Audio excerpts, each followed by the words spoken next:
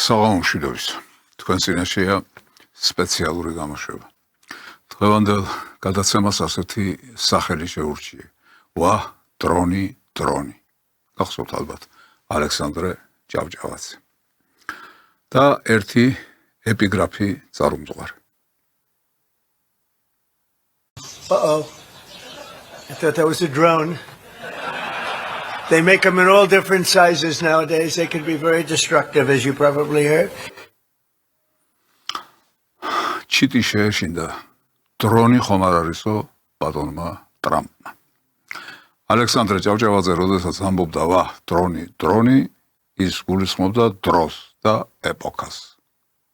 ტრამპს რომ შეეშინდა ის დრონი სხვა დრონია, ფრინავი აპარატი, რომელმაც ბევრი რამ შეცვალა. საერთოდ ისეა დაბრუნდული ცხოვრება, როგორც ქვეყნის შიგნით, ასევე ქვეყნის გარეთ და მთელ მსოფლიოში, რომ არც კი ვიცი მართალი გითხრათ, საიდან უნდა დავიწყო. უпроსორად არც კი ვიცოდი, საიდან უნდა დამეწყო, თორემ ახლა რა თქმა უნდა ვიცი. ახლა ვიცი, რომ ერთი ინფორმაცია უნდა მოგაწოდოთ იმასთან დაკავშირებით, თუ რას ნიშნავს ეგრეთ წოდებული ბიოლოგიური ლაბორატორია, რომელიც ამერიკელებმა აგვიშენეს წლების წინ და რომლის მსგავსი ნაგებობებით და დაწესებულებებით მოფინეს მთელი საბჭოთა კავშირი. ის ლაბორატორიებია, ის დაწესებულებებია, საიდანაც შეიძლება ძალიან ბევრი რამ სასიკეთოდ წამოვიდეს და შესაძლებელია ძალიან ბევრი რამ ცუდის მოდიოდეს. რა მიზნით და რა განწყობით ააშენეს ეს დაწესებულებები, ეს ლაბორატორიები ამერიკელებმა ყოფილ საბჭოთა კავშირის ტერიტორიაზე. რა უნდათ მათ, ცუდი თუ კარგი. ამასთან დაკავშირებით ძალიან ბევრი რამ თქმულა. მათ შორის მეც მიმიღია მონაწილეობა და მეც გამომითქვამს ჩემი პოზიცია ამ საკითხზე. მაგრამ ის რაც დღეს უკვე საჯაროდ ითქვა, ოღონდ არა აქ და არა ყოფილ საბჭოთა კავშირის და საბჭოთა სახელმწიფოში შემავალ რესპუბლიკებში, არამედ თვითონ ამერიკის შეერთებულ შტატებში თავდაყირა აყენებს ყველაფერს. ნახოთ ამასთან დაკავშირებით რა აჟიოტაჟი ატყდა. Спецслужбы США начинают масштабное расследование деятельности своих биолабораторий за рубежом. Об этом изданию «Нью-Йорк-Пост» сообщила глава национальной разведки Тулси Габбард. Речь о более чем 120 объектах по всему миру, которые десятилетиями финансируются за счет американских налогоплательщиков. По словам Габбард, в Вашингтоне хотят выяснить, что за исследования ведутся в этих центрах и насколько опасные патогены могут там храниться. Чиновники администрации Байдена, как сказано, скрывали от своего народа существование биолабораторий и угрожали тем, кто пытался рассказать о них правду. Представители Офиса директора национальной разведки США сообщили, что лаборатории расположены более чем в 30 странах, и некоторые из них ранее получали финансирование в рамках программы Пентагона, направленной на утилизацию оружия массового поражения после окончания Холодной войны. Более 40 биолабораторий, в отношении которых ведется расследование, находятся на Украине. В марте 2022 года администрация Байдена отрицала существование принадлежащих или подконтрольных США химико-биологических лабораторий на Украине и отвергала все обвинения, называя их российской и китайской пропагандой. В нашей Минобороны не раз заявляли, что Украина стала полигоном для опытов с химическим и биологическим оружием. В частности, Соединенные Штаты при поддержке союзников искали способы создания и применения возбудителей опасных заболеваний. აქ უკრაინაზეა კონკრეტულად საუბარი, მაგრამ თუ კი უკრაინაში აშენებული ეს დაწესებულებები ბენზური ზრახვებისთვის იყო გამიზნული იმთავითვე, რა თქმა უნდა ვივარაუდოთ, რომ იგივე ხდებოდა საქართველოშიც და სხვაგანაც. და რა ხდება, რასთან გვაქვს საქმე? თუ ამერიკელები ახლა ალაპარაკდნენ იმაზე და იმის შესახებ, რის შესახებაც ჩვენ იმთავითვე ვსაუბრობდით. ეს იმდენად მნიშვნელოვანი საკითხია, რომ სცილდება თუნდაც ბიოლოგიური იარაღის რაღაც კერების არსებობის თავისთავად შემაზრწუნებელ ფაქტს. სცილდება იმის გათვალისწინებით, თუ რაც ხდება დღევანდელ მსოფლიოში. დღევანდელ მსოფლიოში დაპირისპირება იზრდება, ესკალაცია დიდია, განუზომლად დიდია და კაცმა არ იცის რა სიტუაცია შეიქმნება ხვალ. იქნება თუ არა ეს გლობალური დაპირისპირების, ანუ ბირთვული კატასტროფისა და აპოკალიფსის წინაპირობა, რაც დღეს მიმდინარეობს. ამაზეა უკვე ლაპარაკი და აქედან გამომდინარე, რა თქმა უნდა, ეს დაწესებულებები, რომელთა შესახებაც ახლა დღეს მე თქვენს წინაშე ვსაუბრობ, უაღრესად დიდ მნიშვნელობას იძენს. ამიტომ მინდა კიდევ ერთი სიუჟეტი შემოგთავაზოთ ამასთან დაკავშირებით.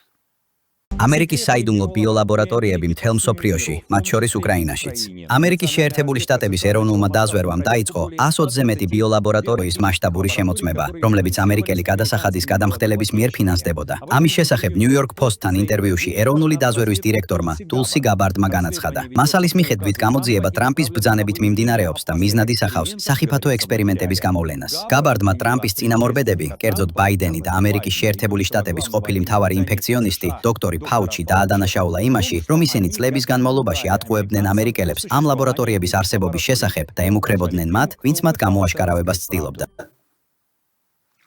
ეს ქალბატონი, ვის შესახებაც არის საუბარი, ანუ ვინც წამოსწია ეს თემა, ტულსი გაბარდი. ჟურნალისტი რომ იყოს, პოლიტიკოსი რომ იყოს, თუნდაც კონგრესმენი რომ იყოს, ან სენატორი რომ იყოს, შესაძლებელია დღეს ამაზე არც გამემახვილებინა ყურადღება, მაგრამ ეს ქალბატონი გახლავთ ამერიკის შეერთებული შტატების ეროვნული დაზვერვის სამსახურის შეფი. ანუ ეს ის ქალბატონია, რომელიც ინფორმირებულია, თუ ვინმეს შეიძლება ინფორმაცია გქონდეს რამეზე და ამგვარ საკითხებზე, რა თქმა უნდა, ამ ქალბატონის ხელთ არის ეს ინფორმაცია და ამიტომ დამაბნეველია, კიდევ ერთხელ გავიმეორებ, თუ ამერიკა ახლა ალაპარაკდა იმაზე, რაზეც ჩვენ საუბრობდით წლების წინ. საინტერესოა, უაღრესად საინტერესოა. ამიტომ კიდევ ერთი სიუჟეტი და შემდეგ გადავალ უკვე სხვა თემაზე. То, что нам навязывали как российскую дезинформацию, оказалось чистейшей правдой. Насколько вы обеспокоены тем, что Виктория Нуланд признала, что на Украине есть биологические вещества, опасные биологические вещества? Я крайне обеспокоена, как и должен быть каждый американец. Серьезность ситуации невозможно преувеличить. В первую очередь, она не опровергла информацию о том, что на Украине были биолаборатории, когда ее спросили об этом. Так что если они там были или есть, то, очевидно, это нарушение Международной конвенции о биологическом оружии. Кроме того, они пытались скрыть факт существования этих лабораторий, и вышло у них это ужасно. Вместо того, чтобы признаться и сказать, это критическая ситуация, это ЧП. У нас патогены в зоне конфликта, и не в одном месте, а где-то в 20 или 30 лабораториях по всей стране. Это кризис. Мы примем все возможные меры по его ликвидации. Так должен выглядеть ответ ответственного лидера. Но что вместо этого сделала Нуланд? Ее ответом был мгновенный перевод стрелок. Как всегда, начались поиски виновных, и виноваты всегда не мы. Кто знает, что происходит в этих лабораториях? Пока еще ничего ужасного не случилось, нужно обвинить плохих ребят. Это крайне непрофессионально. То, как они отвечают за это, факт скрытия существования лабораторий и то, что они ничего не делают.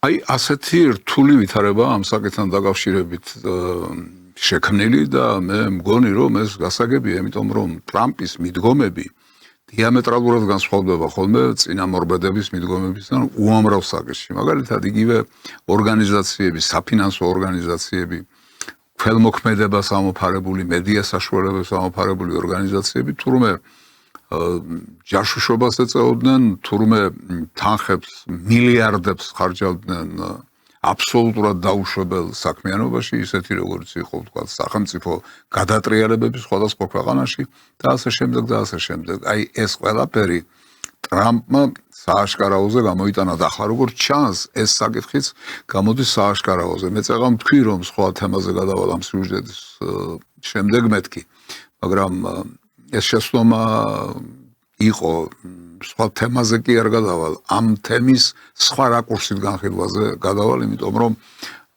ბევრი რამ არის აქ სათქმელი. ერთ-ერთი პირველთაგანი, ვინც ხმა მოიღო ამ საკითხთან დაკავშირებით, გახდა ჩვენი თანამემამულე დევნილობაში ყოფი, ბრალწაყენებული, მაგრამ გაუსამართლებელი და ასე უსამართლოდ დევნილობაში მყოფი იგორ გიორგაძე, ჩვენი უშიშროების ყოფილი შეფი.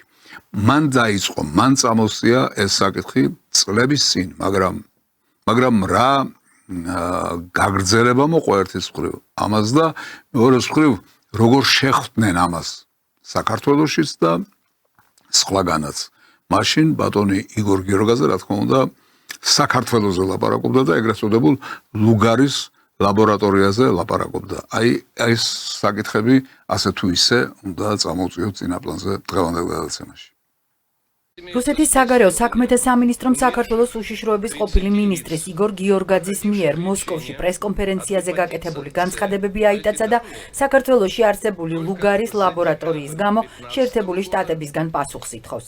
რუსეთის საგარეო უწყება სახელმწიფო დეპარტამენტს მიმართავს განმარტება გაკეთდეს იგორ გიორგაძის მიერ გავრცელებულ ინფორმაციაზე, რომლის თანახმადაც ლუგარის ლაბორატორიაში ამერიკის შეერთებული შტატების სამხედრო და კერძო კონტრაქტორები ადამიანებზე საიდუმლო ექსპერიმენტებს ატარებენ. Пресс-конференция грузинского общественного деятеля. შეგახსენებთ იგორ გიორგაძე ქართველი საზოგადო მოღვაწე და საზღვარგარეთ ქართველთა მოძრაობის ლიდერია. მან ახალი დოკუმენტები წარმოადგინა ლუგარის ცენტრის ფარული საქმიანობისა. და ვარქვა თავისი სახელი ყველაფერს. ეს არის მაღალი დონის დაცვის მიკრობიოლოგიური ლაბორატორია, რომელიც პენტაგონმა ააშენა, სადაც ამერიკელი სამხედროები განსაკუთრებულად საშიში დაავადებების კვლევით არიან დაკავებულები, რომლებიც გავრცელებულია არა მარტო საქართველოში, არამედ მის სიახლოვეს, მათ შორის რუსეთშიც. ამიტომაც ეს თემა არ შეიძლება არ გვაინტერესებდეს. პენტაგონის ასეთი დაინტერესება საქართველოთი არ შეიძლება აიხსნას მხოლოდ ჰუმანიტარული მიზნებით. ჩვენ გავაგრძელებთ მუშაობას მოკავშირეებთან და განვუმარტავთ მათ პოსტსაბჭოთა სივრცეში ამერიკის სამხედრო სამედიცინო ბიოლოგიური საქმიანობის რისკებს. ხაზს უსვამ, რომ სუვერენული სახელმწიფოების მოქალაქეები არ უნდა ხდებოდნენ საშიში ექსპერიმენტების საცდელი ობიექტები.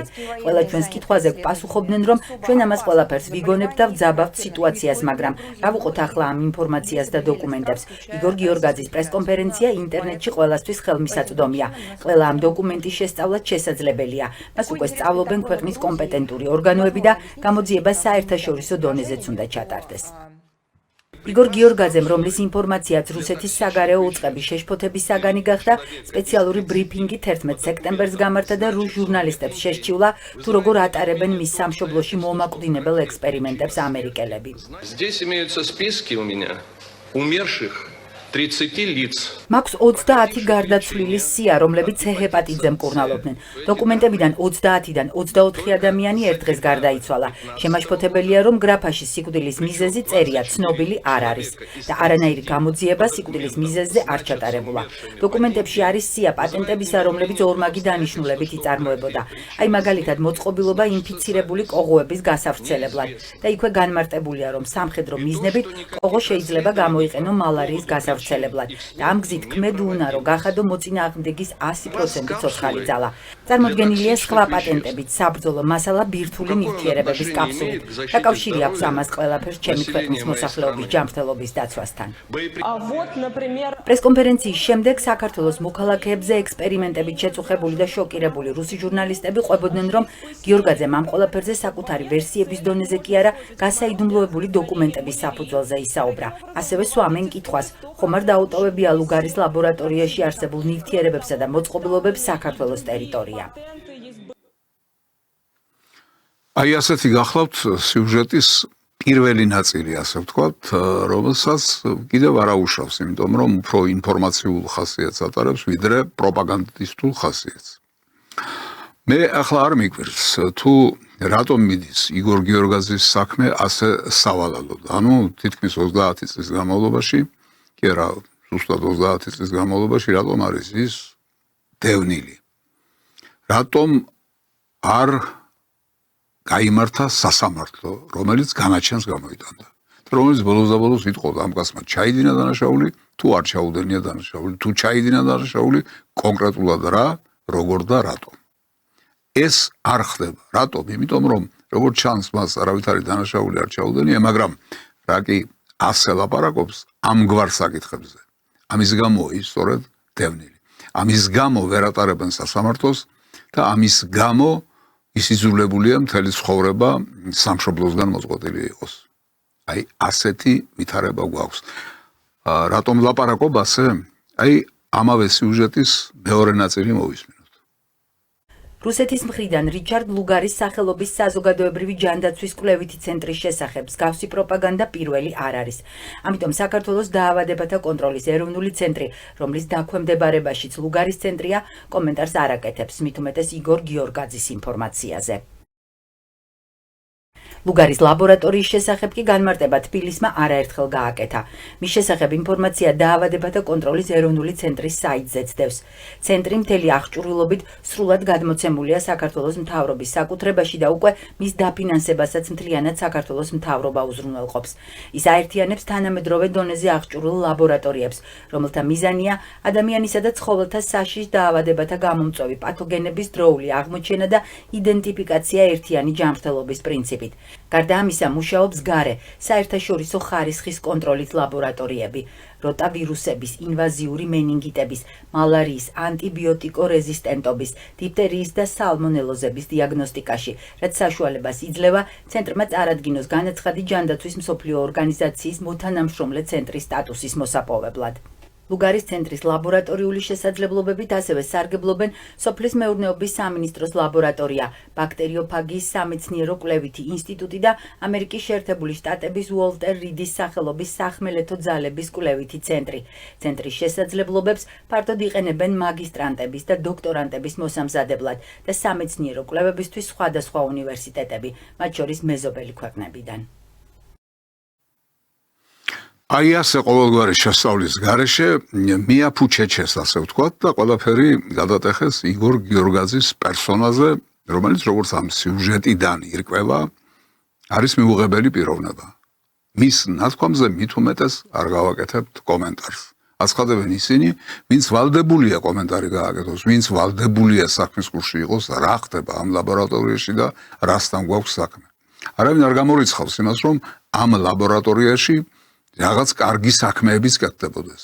წმინდა სამეცნიერო საქმე, რომელიც გამოადგება ხალხსაც, ჩვენს ქვეყანასაც და ალბათ სხვა ქვეყნებსაც. მაგრამ ეს არ ნიშნავს იმას, რომ ამის პარალელურად არ შეიძლება ამ ლაბორატორიაში მიმდინარეობდეს ცუდი საქმეები, ანუ სამხედრო დანიშნულების მიმართული საქმეები.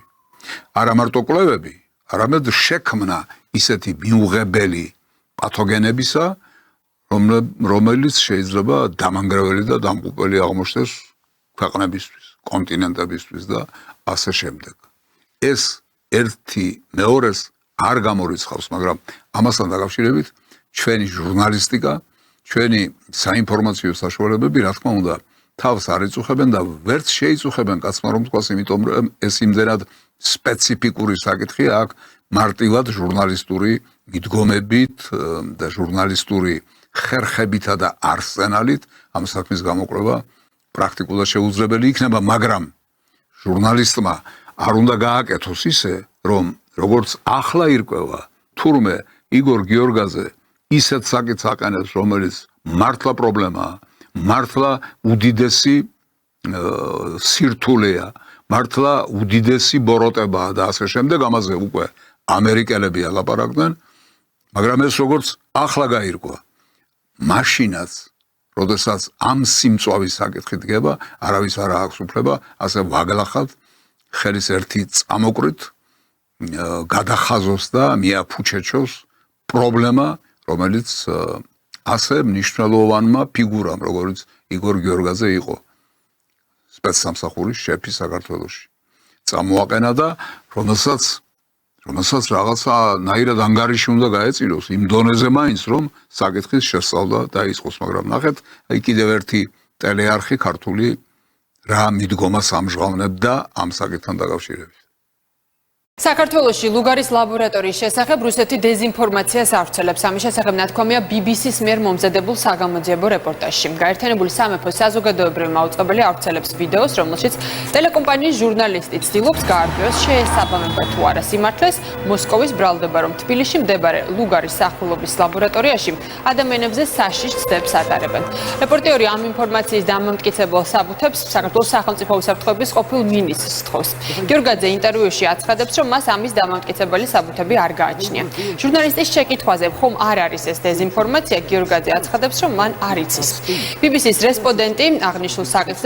კორესპონდენტი აღნიშნულ საკითხზე ჯანდაცვის სამინისტროს თანამშრომლებსა და საქართველოში შეერთებული შტატების ელჩის მოვალეობის შემსრულებელსაც ესაუბრა. რეპორტაჟის ავტორი ასევე ეწვია ლუგარის სახელობის ცენტრს. ჟურნალისტი აცხადებს, რომ იგორ გიორგაძემ თქვაო, რომ დოკუმენტები მამხილებელი რამე არ გააჩნია და არ იცის არის თუ არა ეს დეზინფორმაციო. ამ დროს ჩვენ ვნახეთ, რომ იგორ გიორგაძემ ჩაატარა პრესკონფერენცია მოსკოვში, სადაც ის სწორედ რომ აი დოკუმენტებით ხელში მივიდა და თქვა, რომ ეს გვაქვს და ეს გვაქვს. ამ დროს მიდგომა ჟურნალისტებისა არის ასეთი. ამას ქვია უპასუხისმგებლო, მიუტევებლად უპასუხისმგებლო მიდგომა, მაგრამ სამწუხაროდ ჩვენთან დანერგეს ეს ჟურნალისტიკა, ასეთი ჟურნალისტიკა და აი ამასთან გვაქვს საქმე მთელი ამ 30-40 წლის განმავლობაში. აი კიდევ ერთი მაგალითი, თუ ვის და რა კატეგორიის ადამიანებს შეეძლოთ ამასთან დაკავშირებით საკუთარი აზრი გამოვეთქვათ. წლებია ერთი და იგივე კითხვა ისმის ქართულ და რუსულ საინფორმაციო სივრცეში. რა ხდება სინამდვილეში ლუგარის ლაბორატორიაში? არის თუ არა ეს საიდუმლო სამხედრო ობიექტი, თუ уბრალოდ თანამედროვე კვლევითი ცენტრია, რომელიც საქართველოსაც და მსოფლიოსაც იცავს? Что это лаборатории, направленные на наступательные цели. ლუგარის ლაბორატორია რუსული პროპაგანდის ერთ-ერთი მთავარი სამიზნეა. ბრალდებები, შეთქმულებების თეორიები, биологიური იარაღი, დაავადებების გავრცელება, ყველაფერი ერთად. Лабораторию Лугара, ту, что находится в пригороде Тбилиси, и ту, что уже не раз обвиняли в создании бактериологического оружия. მე ამ ლაბორატორიაში არაერთხელ ვარ ნამყოფი. პირადად ნახე მისი დიდი ნაწილი და სწორედ ამიტომ ამ ვიდეოში არა მითებზე, არამედ რეალურ ფაქტებზე ვისაუბრებთ. ვერაფერს ასე ლაბორატორიაში მისვლით კაცი ვერ ნახავს, მაგრამ მთავარია რომ ამ კაცმა არ ვიცი სამწუხაროდ ვინ არის, იქნებ სპეციალისტია, იქნებ უბრალოდ მოლაყბე, არ ვიცი ვინ არის, მაგრამ აი ასე ხელაღებით ყველაფრის უარყოფა, რა თქმა უნდა, მიუღებელია და ეს არის სწორედ ის, რასაც უპასუხისმგებლო განცხადებები დაორქვიწევა. არ ხდება ასე მარტივად ამგვარი საკითხების შესახებ მსჯელობა არ შეიძლება, რაღაცა უნდა იყოს შესწავლილი. ან მყარ ლოგიკას უნდა ეფუძნებოდეს. მე მაგალითად მაშინ მაქვს გარკვეული განცხადებები გაკეთებული, მაშინ მაქვს ტელეგადაცემები გაკეთებული ამ საკითხებთან დაკავშირებით, სადაც ვცდილობდი იმ დონეზე, რა დონესაც შეიძლება შესწვდეს ჩემი სპეციალობის ადამიანი. მე არა ვარ ბიოლოგი, მე არა ვარ სამხედრო პირი, მე არა ვარ ამ საქმის სპეციალისტი, მაგრამ გარკვეული ლოგიკური წარმოდგენები ამასთან დაკავშირებით რა თქმა უნდა გამაჩნდა მაშინაც და დღეს რომ ბევრი არ ვილაპარაკო, მოგასვენებთ ერთ პატარა ეპიზოდს თუ რა მაქვს ნათქვამი ამასთან დაკავშირებით.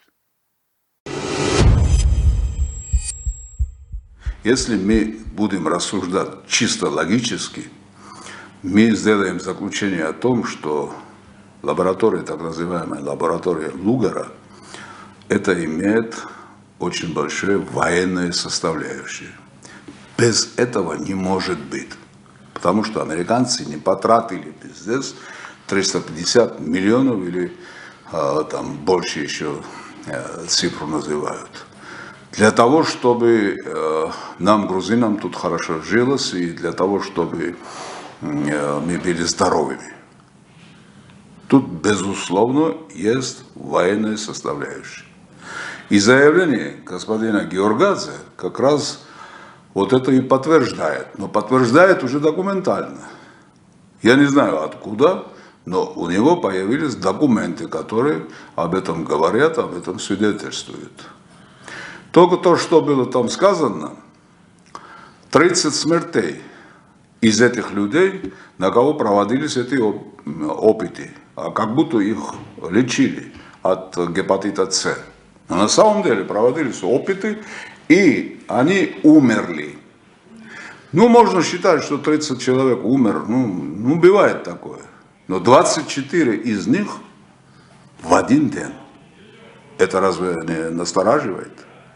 Конечно, настораживает. А в чем дело? Они что, американцы против Грузии все это делают? Нет, конечно. Все, что бы они не вытворяли, американцы, это будет в Грузии, в целом на Кавказе, на Украине, на Ближнем Востоке или еще где-нибудь. Это все против Российской Федерации. И вы посмотрите, вот эти лаборатории появляются на территории Центральной Азии, появляются в Грузии, появляются в Азербайджане, появляются на Украине. Что это означает? Вокруг России отцепляют Россию. С одной стороны появляются системы ПРО, с другой стороны появляются вот эти лаборатории биологические, бактериологические, еще кое-что будет появляться, это все направлено против России. Но в какой ситуации оказываемся мы, грузины? Над этим кто-нибудь задумывается или нет? Я думаю, никто. Во всяком случае, из официальных лиц никто над этим не задумывается, потому что это губительно для Грузии.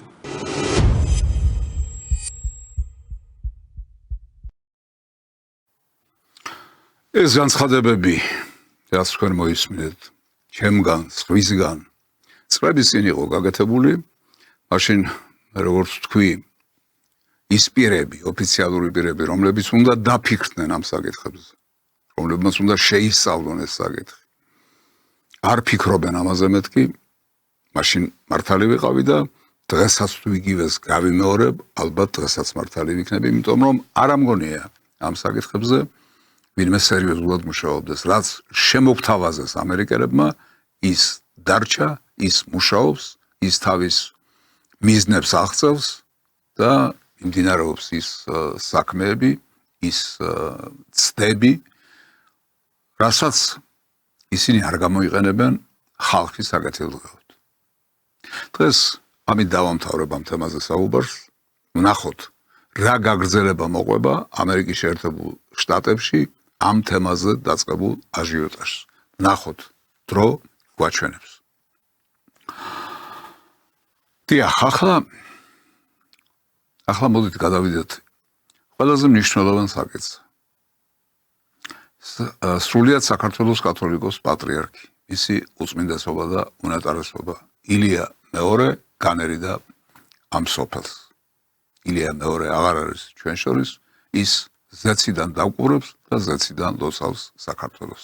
მაგრამ აქაც უნდა იყოს კაცი, ვინც შეცვლის მას, ვინც გააგრძელებს მის საქმეებს და ვინც ისევე ილოცებს ნაყოფიერად საქართველოსთვის, როგორც ილია მეორე ლოცულობდა.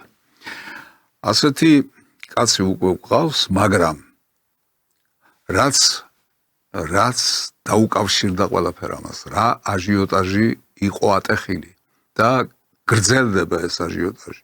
არჩევამდე რა აჟიოტაჟიც იყო ატეხილი, იგივე უფრო გაძლიერებული, უფრო ომახიანი ხმით გრძელდება იგივე აჟიოტაჟი ახალ კათოლიკოს პატრიარქთან დაკავშირებით. მე მინდა ერთი პატარა დეტალი მოგასმენინო, თუ როგორ და რანაირად მუშაობდნენ ერთი კონკრეტული სასულიერო პირის წინააღმდეგ. პირდაპირ კითხავთ, ქალბატონ ლელა, საუბარი არის თუ არა უწმინდესის თანამესაყდრეზე შიომუჯირზე? შიომუჯირს მე ვერ ვხედავ. ამ თანამდებობაზე ასე რომ ვთქვათ, ვერ ვხედავ. აქ სულ სხვა პატრიარქი მოდის. იქნება ერთი გარჩევები, გამორჩევები. ანუ სრულიად ახალი ადამიანი უნდა გამოჩნდეს, თუ არსებული ეპისკოპოსებიდან რომელიმე რომელიც დღეს არ ჩანს ისე? არა. ასე დავინახე, მოდის ახალი პატრიარქი და მორჩა. ყველა იმ ეპოქას, სადაც მიმდინარეობს გონებრივი და ზნეობრივი დეგრადაცია, ახლავს შარლატანების მომრავლება. სრულ წინასწარმეტყველების მომრავლება. ამიტომ ეს არ უნდა გვიკვირდეს, მაგრამ ამას არ უნდა ქონდეს ამდენი გასახანი. ამდენი გასახანი ამას იმიტომ ეძლევა, რომ ბოროტი ძალები ამას იყენებენ პროპაგანდისტული ეფექტის მისაღწევად. ამას იყენებენ თავიანთი საბოლოო მიზნის მისაღწევად და თავიანთი ამოცანების გადასაჭრელად. აი ამიტომ ეს ქალბატონი, რომელიც ვანგასავით წარმოგვიდგება ხოლმე ჟამიდან ჟამამდე და რას მიედმოედება თვითონ არ იცის, აი ასე წინასწარმეტყველებდა, მაგრამ ქართველი ვანგას წინასწარმეტყველება არ ახდა.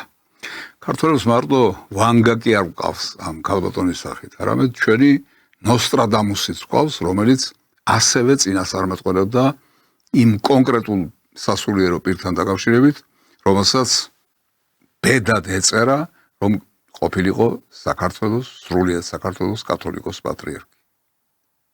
უმალ მისი მორალური სიკვდილი დადგება, ვიდრე ის გახდება საქართველოს კათოლიკოს პატრიარქი.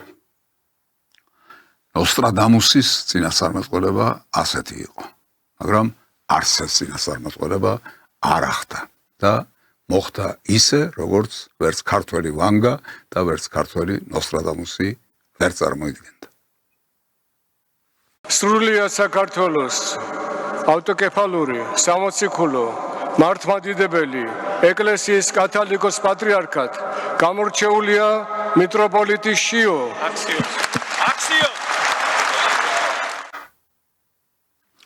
გამორჩევა მოხდა. მეუფე შიო აკურთხეს სრულიად საქართველოს კათოლიკოს პატრიარქად. წმინდა სინოდმა ეს გადაწყვეტილება მიიღო. მისი ინტრონიზაცია შედგა. მას საპატრიარქო მიტრა დაადგეს. მიუხედავად ამისა, არ წყდება ის აჟიოტაჟი, რომელიც წესით აქ მაინც უნდა შეწყვეტილიყო. აი, როგორი სახე და ხასიათი აქვს. ოკეანეში წვეთია, რასაც გიჩვენებთ, მაგრამ მაინც როგორი სახე და ხასიათი და შინაარსი და ფორმა აქვს ამ აჟიოტაჟს. რაღაც წარმომადგენელთა რა ქვია, შიო თუ რა ქვია, მათ იმ წარმომადგენლებს ვთხოვოთ, ეს აზრს მოკლებულია. იგივე რომ პუტინს თხოვე ხა, ხო? რომ გამოუშვიო შენი პატიმარი. მეუფე შიოს ღიად რუსეთთან აფილირებული კაცის მოსაყდრედ არჩევა. რომ მეუფე შიო არის საშიში საქართველოს ეკლესიისთვის პატრიარქად. საშიში, როგორც მე ვხვდები, არის შიო მუჯირი მისეული წარმოდგენით, ზენონის წარმოდგენით, არის ერთის მხრივ საქართველოს ეკლესიისთვის და მე გავბედავ და ვიტყვი, დავეთანხმები და ვიტყვი ასე, არის ის საშიში, შესაძლოა იყოს საშიში ქართული სახელმწიფოსთვისაც კი. მეუფე შიო არის რუსული პროექტი. შიო იყო შერჩეული რატომ? იმიტომ თქვენ კარგად ბრძანეთ, რუსეთში სწავლობდა. ეს არის პირდაპირ რუსული პროპაგანდა, რა თქმა უნდა. მეუფე შიო მუჯირი ჩელისტი კი არ არის, ჩეკისტი არის. მეუფე შიო ეგზარხოსი რუსისგან დანიშნული მოსაყდრე შიო არის მისი სოფხედველობრივი აზროვნებით, მენტალობითა და ცნობიერებით აბსოლუტურად რუსული პლატფორმის წარმომადგენელი. უმალ მისი მორალური სიკვდილი დადგება, ვიდრე ის გახდება საქართველოს კათოლიკოს პატრიარქი. დათაცუთაშხია რომ ეკითხება იმ გასაცოდავებულ ხალხს, ვინ ხართ და რა ხალხი ხართ თქვენ უბედურებო, ვინ ხართ თქვენ ოჯახქორებო, რა გინდათ, რა გწადიათ, რით ვერ ისვენებთ, რა არის ეს, საითკენ გინდათ რომ სიტუაცია წაიყვანოთ. ეს შეკითხვებია, რომელიც ამ ხალხის მოსმენის შემდეგ აუცილებლად გიჩნდება ადამიანს და კიდევ კარგი რომ ამ შეკითხვასაც თვითონ აძლევენ პასუხს. რა სურთ მათ, რა უნდათ რომ დადგეს როგორც შედეგი. სინოდში დაიწყება რაღაც გარკვეული შიდა, რაღაც გარკვეული დაძაბულობები, რაღაც დაჯგუფებები. საქართველოს ძალიან დახურული სივრცეა 35-36 ეპისკოპოსისათვის. ამიტომ დაიწყება შიდა დუღილი. გარკვეულწილად ჩვენ ნახავთ უახლოს 60 წელიწადში თუ უფრო ადრე არა. ჩვენ ნახავთ რამდენად აი საბერძნეთში დახურული სივრცეა, ბერძნულ ეკლესიაში. პატარა ტერიტორია და ბევრი ეპისკოპოსი, იმიტომ რომ კონსტანტინოპოლის ეკლესია ყველა მრევლი მარტო საბერძნეთშია. და იქ გაიყო ეკლესიები, დაიშალა რამოდენიმე ეკლესიაა დღეს მართლმადიდებლური საბერძნეთში. ხედავთ რა უნდათ? ქართულ სამოციქულო მართლმადიდებელ ეკლესიაში სურთ განხეთქილების შეტანა.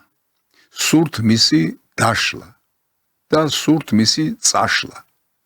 სურთ რომ ეკლესია არ არსებობდეს, იმიტომ რომ ეკლესია არის ზნეობისკენ მოწოდება. ეკლესია არის ზნეობის სადარაჯოზე მდგომი ყველაზე დიდი ინსტიტუტი. ამათ ზნეობა არ უნდათ. ამათ ადამიანური ცხოვრება არ უნდათ. ამათ მორალი არ უნდათ. ამათ არ უნდათ არაფერი ის, რაც ადამიანურთან არის დაკავშირებული და რაც მით უმეტეს ღვთაებრივთან არის დაკავშირებული. აი ყველაფერ ამის წარშლა, მოშლა და განადგურება სურთ. აი ეს არის ის შედეგი, რომელიც უნდა დადგეს და რისთვისაც ეს ვაჟბატონები იბრძვიან. ნახეთ უკვე რა დღე გამოატარეს და კიდევ ცდილობენ რომ უარესი დღე გამოატარონ ახალი პატრიარქის სრულიად საქართველოსი. მაგრამ პატრიარქს აქ ცოტა ხუმრობის უფლებას ვაძლევ ჩემ თავს. პატრიარქს უფრო დიდი გამოცდა ელის წინ. შიო მესამეს. უფრო დიდი გამოცდა ელის. მას როდესაც ეგონა რომ უკვე მაღიარეს და უკვე პატრიარქი ვარო, უკვე ინტრონიზაცია ჩატარდა, უკვე მიტრა დამადგეს, უკვე მაღიარა როგორც მრევლმა, ასევე საერთაშორისო მართლმადიდებელმა ეკლესიებმა და მისმა უმაღლესმა წარმომადგენლებაო, თურმე ისეთ ვინმეს არ უღიარებია, რომ ყველაფერი ასე ვთქვათ წყალში გადაყრილი აღმოჩნდა. არწმუნებული ვარ ახლა რომ მოსაყდრე შიოს შეიძლება შეყავდა ამ მომრჩეველი თავიანთ ხალხში, მაგრამ ქვეყანაში მაგას უფრო ნაკლები მომრჩეველი ყავს ვიდრე მომხრე. დარწმუნებული ვარ ამაში, ერთ-ერთი მე ვარ მათ შორის, რომ არასოდეს მაგისგან კარგი არ გამიგონია, არასოდეს და ამ წუთში მე არ ვაღიარებ მაგას ჩემთვის, რა თქმა უნდა, პატრიარქად არ აღიარებს. აი მიშა სააკაშვილს პრეზიდენტად აღიარებს. სალომე ზურაბიშვილს ასევე პრეზიდენტად აღიარებს. გვარამიას ერის პირველ ბრძენად აღიარებს. აკაცუკებს აღიარებს. მაგრამ შიო მესამეს, რომელიც წმინდა სინოდმა გამოარჩია და თელმა მართლმადიდებელმა სამყარომ აღიარა, ეს ქალბატონი არ აღიარებს. და გონია ამ უბედურ დღეზე გაჩენილს, რომ მისი აღიარება თუ არ აღიარება რამეს ნიშნავს. აი ასეთ სიგიჟეებთან და სისულელეებთან გვაქვს საქმე საქართველოში ჩვენ და სამწუხაროდ. მხოლოდ ეს არ არის. ეს ერთი შეპყრობილი ქალბატონი რომ იყოს, რა გვიჭირდა? ისეთი ადამიანებიც კი, რომლებიც პოლიტიკას არიან მიტმასნილი და პოლიტიკაში ასე გონიათ, რომ ათეული წლების განმავლობაში საკუთარ წონიან სიტყვას ამბობენ, ისეთი სულელური განცხადებებით გამოდიან ხოლმე საზოგადოების წინაშე, რომ იმის შემდეგ მართლა აღარ რჩება მათი ადგილი არც პოლიტიკასა და არც საზოგადოებრივ ცხოვრებაში. აი საოცარი ბედი დამყარვარ დაგიმალოთ 30 წელზე მეტია ამ ქვეყანაში შიშველის სიმართლის თქმა მეკისრება მე. ეს ალბათ მისია, რომელიც დამეკისრა ზეციდან, ერიდან, ბერიდან. ილიას ნათქვამი ხომ გახსოვთ, მე ცამ ნიშნავს და ერი მზრდის, მიწიერი ზეციერს. აი დაახლოებით ამენაზე ალაპარაკდა ეს კაცი ჩვენ თვალწინ და არავითარი სირცხვილის მსგავსი, ან რაღაცა შეუსაბამობის განცდა, რას წარმოადგენს და რა თქვა ამ ორ მოვლენას შორის. არ აწუხებს. ვერა რომ არ აწუხებს, იმიტომ არ აწუხებს, რომ როგორც ჩანს პატრიარქობას უმიზნებდა, ასე ვთქვათ. არა, არ ვაჭარბებ. ნამდვილად არ ვაჭარბებ და რომ არ ვაჭარბებ, ამის დასტურად თქვენ ახლა ვიხილავთ იმას თუ რა თქმევინ ამას საკუთარმა ქვეცნობიერს რომ უზახიან ფსიქოლოგები. მე ახლა შიო მუჯირის წინააღმდეგ კი არ გამოვდივარ, არ ჩათვალოთ, რა მიტინგს ვატარებ და შემშურდა მისთვის ეს თანამდებობა. იმედი იმასაც რა დამავრალებენ, რომ პატრიარქობა რამენერად მე მინდოდა და ამის გამო დავიბოვო. მე სისტემაზე ვსაუბრობ, რომელიც სისტემის გეოპოლიტიკური სისტემის მსხვერპლი ვართ ჩვენს პიროვნულად, სახელმწიფოებრივად და სამწუხაროდ სარწმუნოებრივადად. იქნებ გინდოდა კიდეც ბატონო შალვა.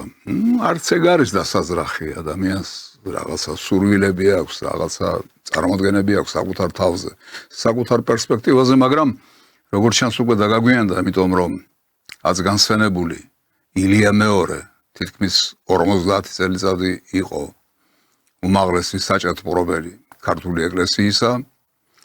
შიო მესამე ახალგაზრდა კაცია და ღმერთმა დიდხანს აცოცხლოს, შესაძლებელია 1-50 წელი ისიც იყოს და რა ვიცი, იმის შემდეგ თუ რამე პერსპექტივას ხედავ, იფიქრე ამ მიმართულებით, ოღონდ ზოგიერთი ნაბიჯი გექნება გადასადგმელი. ბერად უნდა აღიკვეცო, წვერი უნდა მოუშვა და მარტივი ცხოვრებით უნდა იცხოვო. ცოტას უნდა დარჩევდე, ძალიან ცოტას. ეგ როგორც მინიმუმი. აბა ნახოთ, გამოგივა თუ არ გამოგივა. დიახ.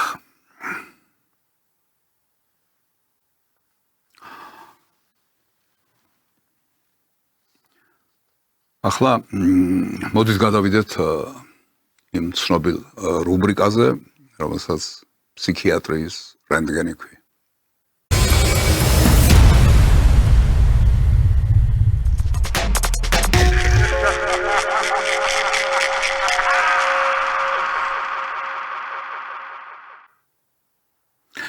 რას წარმოადგენენ ისინი, ვისაც აკაცუკებს უძახიან. ყველაზე მოკლედ, ლაკონურად და დასაბუთებულად ამაზე პასუხი მოგცა ერთმა კარგად ცნობილმა პიროვნებამ. ლოგიკა რომ მომავალ ცხოვრებაში იქნებიო ან ლესბოსელიო, ან კომუნისტიო, რომელს აირჩევდი.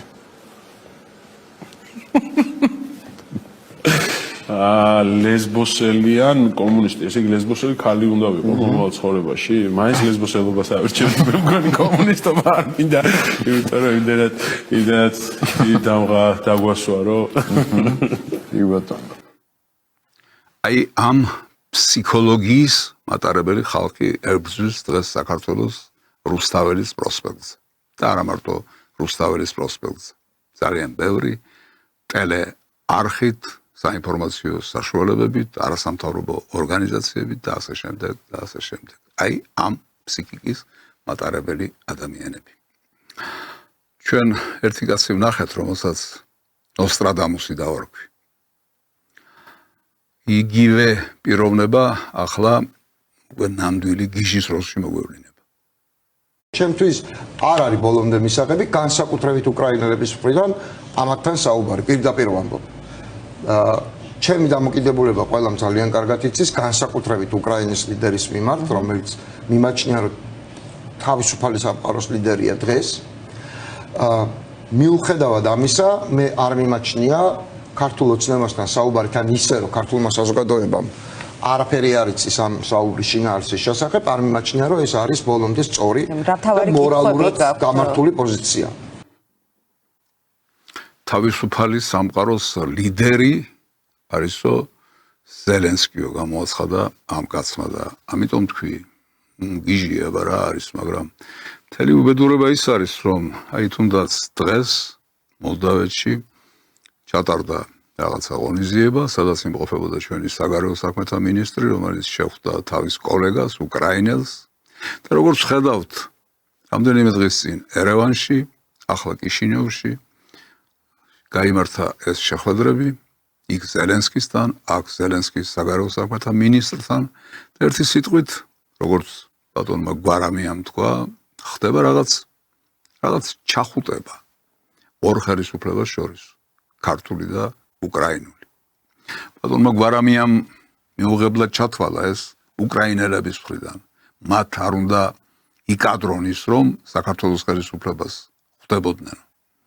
მე პირიქით გონია, ქართულმა ხელისუფლებამ არ უნდა იკადროს ის, რომ ზელენსკის ხვდებოდეს და ზელენსკისთან მისასვლელ გზებს და დაახლოების გზებს ეძებდეს, იმიტომ რომ ეს ყველაფერი მხოლოდ ერთი მიმართულებით მიდის. ამ მიმართულებას რუსეთთან დაპირისპირება ქვია, აქედან გამომდინარე ყველა შედეგით. ამიტომ ცოტა ფრთხილად უნდა ვიყოთ.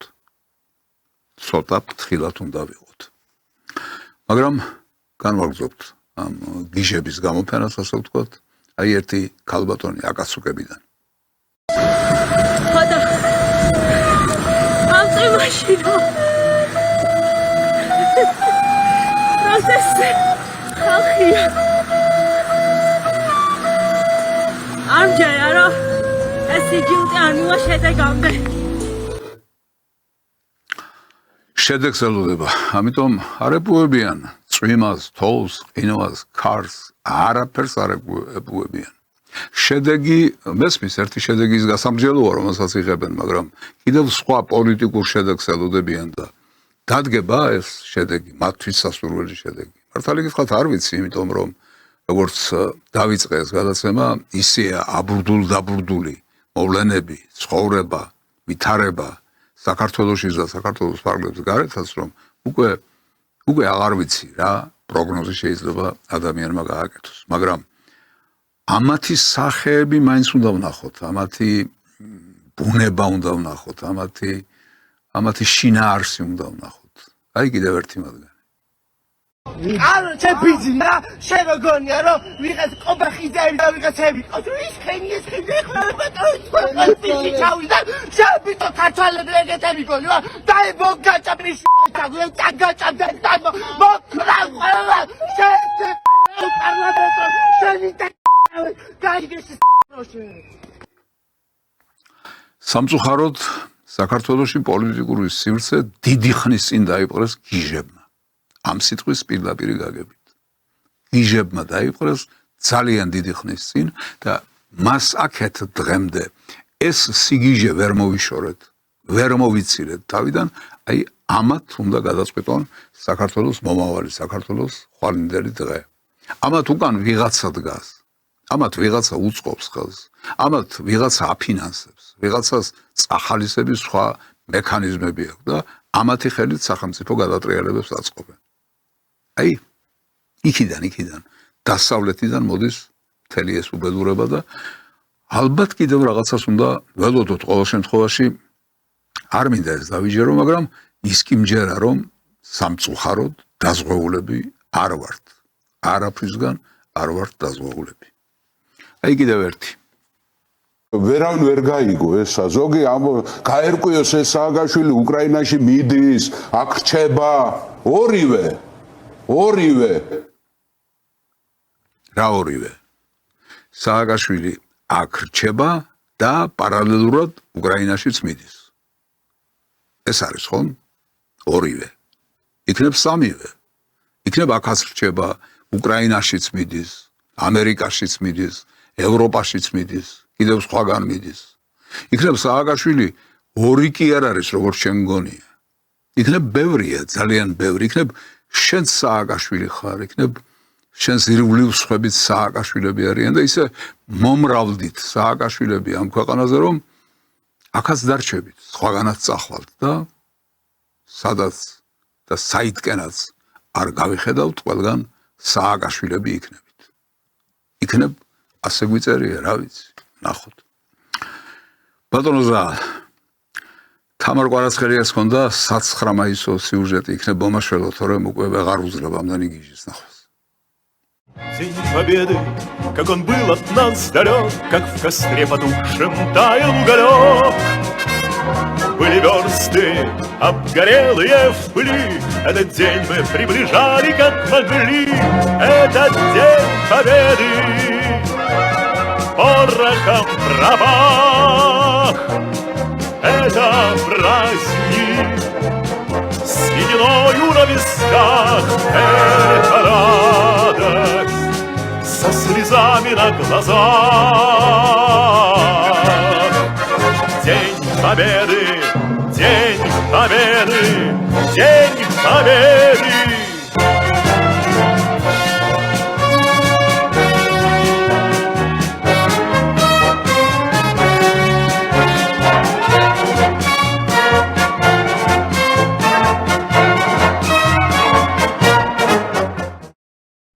დიდი მადლობა მინდა გადაგიხადოთ. უღრმესი მადლობა მინდა გადაუხადო პირადად უკრაინის ვადაგასულ ფაშისტ საცოდავ პრეზიდენტს ვინმე ზელენსკის. Разрешить 9 мая 2026 года провести парад в Москве. Указ президента Украины Владимира Зеленского за номером 374. მადლობა ზელენსკი რომ დაგვთენება რომ ვიზეიმოთ ფაშიზმზე გამარჯვების დღე. მადლობა რომ ამისი ნება მოგვეცი ჩვენც, ქართველებსაც, რუსებსაც და პოსტსაბჭოთა სივრცეს. დიდი მადლობა ამისთვის რომ რუსეთში დღეს ჩატარდა გამარჯვების აღლუმი. В рамках договоренности о временном прекращении огня «Квадрат Красной площади» с точными координатами было приказано Верховным главнокомандующим Украины исключить из плана поражения на время проведения традиционного и столь важного для Путина Парада Победы. დიდი მადლობა რომ მე ახლა ლეშენკოს ეს უკვდავი სიმღერა მოვისმინე. მოკლედ, როგორი საცოდავიც. ზელენსკია ისეთივე საცოდავები ხართ თქვენც, ვისაც აი ამ ბლეფის გჯერათ. ვისაც გჯერათ, რომ ბირთვული ტრიადის მქონე ქვეყანამ რომელსაც საკუთარი მხოლოდ შურდულები აქვს, ნება დართო რომ 9 მაისის აღლუმი ჩაეტარებინა. და უღრმესი მადლობა თქვენ იმისთვის, რომ ყოველ ჯერზე ამტკიცებთ, რომ იმაზე დებილები ხართ, ვიდრე აქამდე გვეგონეთ. თელ საქართველოს ულოცავ 9 მაისის უდიდეს დღესასწაულს. გილოცავთ კაცობრიობის ისტორიაში ერთ-ერთ ყველაზე გრანდიოზულ, დიდ და მნიშვნელოვან გამარჯვებას. მე გილოცავთ 9 მაისს. სამამულო ომში გამარჯვების დღეს. და მე არაფრით და არასოდეს არ მოგილოცავთ ევროპის დღეს. სამწუხაროდ გუშინაც ვიხილეთ იგივე მცდელობა, რომ დაჩრდილონ გამარჯვების დღე და მე უკვე ეჭვმეპარება რომ არის მცდელობა რომ ჩაანაცვლონ ფაშიზმზე გამარჯვების დღე სხვა დღეებით ამ შემთხვევაში ევროკავშირის დღით. 9 მაისი ეს ევროპის დღე არ არის. ეს ჩვენი დღეა. ნოვოსი დღე სულ ეს იყო. მომავალი გამარჯვების იმედით, სულ ცოტა ხნით გემშვიდობებით. დროებით. მადლობა თამარ, ძალიან დიდი მადლობა. შესანიშნავად გაქვს ეს ყველაფერი გააზრებული. ახლა ბატონო ზალ, თამარმა გთხოვა ერთი პატარა არსება, უმწეო არსება, 5 თვის გაბრიელი, რომელმაც თურმე 5 უმძიმესი ოპერაცია გადაიტანა საზოგადოებისგან დახმარებას ითხოვს. იქნებ საზოგადოება იყოს გულისხმიერი, ყურადღებიანი ამ უმწეო არსების მიმართ, იქნებ გადარჩეს მისი სიცოცხლე და იქნებ მისი სახით საქართველოს ერთი ღირსეული მამულიშვილი გაეზარდოს. აქ არის ანგარიშების ნომრები, აქ არის პირადი ნომერი დედამისის, ვისაც შეგიძლიათ, რითაც შეგიძლიათ და რამდენითაც შეგიძლიათ შეეწიეთ ამ უმანკო არსებას. დიდი მადლობა. რაც შეეხება თამარის სიუჟეტს, მე მინდა ეს სიუჟეტი რაღაცნაირად განვავრცო. ამ სიუჟეტში გამოყენებული იყო პატარა ეპიზოდი საქართველოს პარლამენტის თავმჯდომარის შალვა პაპუაშვილის ნათქვამიდან. იქნებ უფრო ვრცლად ვათქმევინოთ თუ რა სურდა რომ ეთქვა ქართველი ხალხისთვის ბატონ შალვას. სამწუხაროდ გუშინაც ვიხილეთ იგივე მცდელობა, რომ დაჩრდილონ გამარჯვების დღე და მე უკვე ეჭვმეპარება რომ არის მცდელობა რომ ჩაანაცვლონ ფაშიზმზე გამარჯვების დღე სხვა დღეებით ამ შემთხვევაში ევროკავშირის დღით, რაც არის ერთი მხრივ არის ისტორიული უმადურობა იმ მსხვერპლის წინაშე, რომელიც გაიღეს სხვადასხვა ხალხებმა და ამ შემთხვევაში გულისხმობ საქართველოს, როცა რაღაცა დღე აღინიშნება საქართველოში, როცა ხარ სტუმარი, როდესაც შენი მასპინძელი იმ დღეს 9 მაისს აღნიშნავს ფაშიზმზე გამარჯვების დღეს 300,000 დაღუპული ქართველის ხსოვნას მიაგებს პასუხს, როდესაც სტუმარი ასე იქცევი, რომ შენი დღესასწაულით შედიხარ მასპინძელთან, არც კი ახსენებ იმას, რაც აღნიშნავს მასპინძელი იმ დღეს. ეს რა თქმა უნდა არ ჯდება არანაირ გაგებაში, როგორც უნდა იქცეოდეს სტუმარი სხვა ქვეყანაში. ბატონ შალვას ბოდიში უნდა მოუხადო იმის გამო, რომ ფსიქიატრიის რენტგენში მისი ეპიზოდი გამოვიყენა და წარმოვადგინე, მაგრამ ამ შემთხვევაში ბატონი შალვა სტუმარია მხოლოდ. ფსიქიატრიის რენტგენის და საერთოდ ფსიქიატრიის პაციენტები არიან ის ადამიანები, ვიზაც ბატონი შალვა ელაპარაკება. ეს არიან ის ელჩები, ეს არიან ის დეპუტატები, ის პოლიტიკოსები, რომლებიც დასავლეთში იქცევიან ისე საბარწყინოდ, რომ ყოველგვარ საზღვარს და ყოველგვარ წრეს გადავიდნენ საქართველოსთან დამოკიდებულებაში, ქართველ ხალხთან დამოკიდებულებაში. მე წაღან ვახსენე სიტყვა სახელმწიფო გადატრიალება. ისინი არ ეშვებიან ამ იდეას, მათ სურთ, რომ საქართველო ამ მდგომარეობამდე მიიყვანონ. ეს სავალალო ვითარებაა, მაგრამ უნდა წინ აღუდგეთ ყველანაირად. პირველ რიგში ჩვენი ცნობიერებით, ჩვენი ფსიქიკით, ჩვენი პოლიტიკური გაცნობიერებულობით, იმიტომ რომ თუ არ იცი, თუ ვერ ხვდები, რა საიდან მოდის, რა საფუძველი აქვს და რა რისკენ არის მიმართული, ასეთ შემთხვევაში ეს ავყია ჟურნალისტები და კიდევ უფრო ავყია პოლიტიკოსები, რომელთა წარმომადგენლებს თქვენ ხედავდით დღევანდელ გადაცემაში, შეცდომაში შეგვიყვანენ და გაგვაკეთებინებენ, გადაგვადგმევინებენ იმ ნაბიჯს, რომელიც შესაძლებელია დიდ უბედურებად მოგვიბრუნდეს. აქედან უკვე გადავიდეთ საერთაშორისო ცხოვრების მიმოხილვაზე.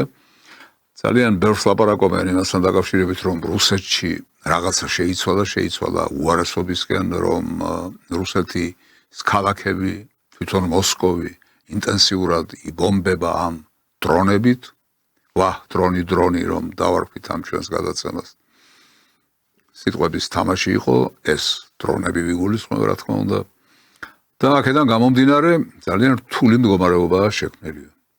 აი თამარმა მოგვიმზადა ჩვენ პატარა სიუჟეტი თავისი ნოვოსის ერთ-ერთი ბოლო გამოშვებიდან და მე მინდა სწორედ ამ 9 მაისო განწყობილებაზე ვილაპარაკო ისევ, იმიტომ რომ 9 მაისს ვლადიმერ პუტინმა მას შემდეგ რაც წითელ მოედანზე აღლუმი ჩააბარა, პრესკონფერენცია გამართა და იქ ბევრ რამეზე ისაუბრა.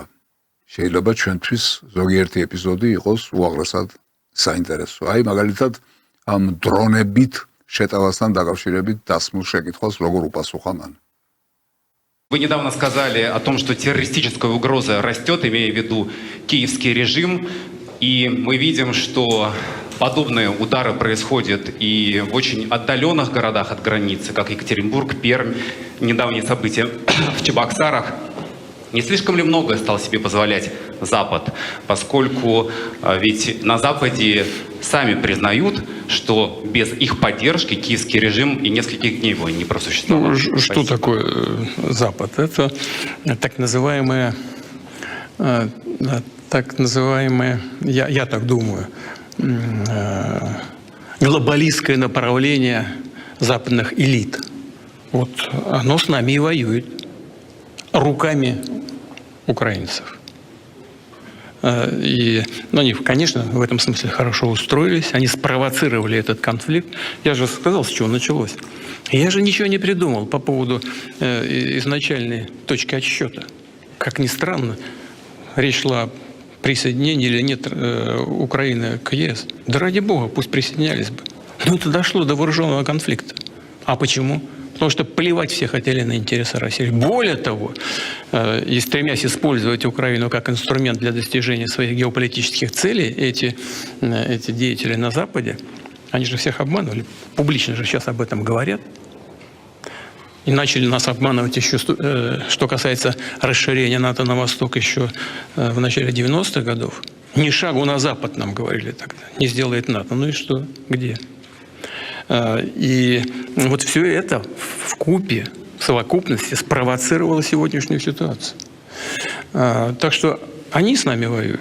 Но, повторяю, это всем уже стало понятным руками украинцев. Вот мы совсем недавно с коллегами разговаривали, тоже вспоминали, как это все разворачивалось.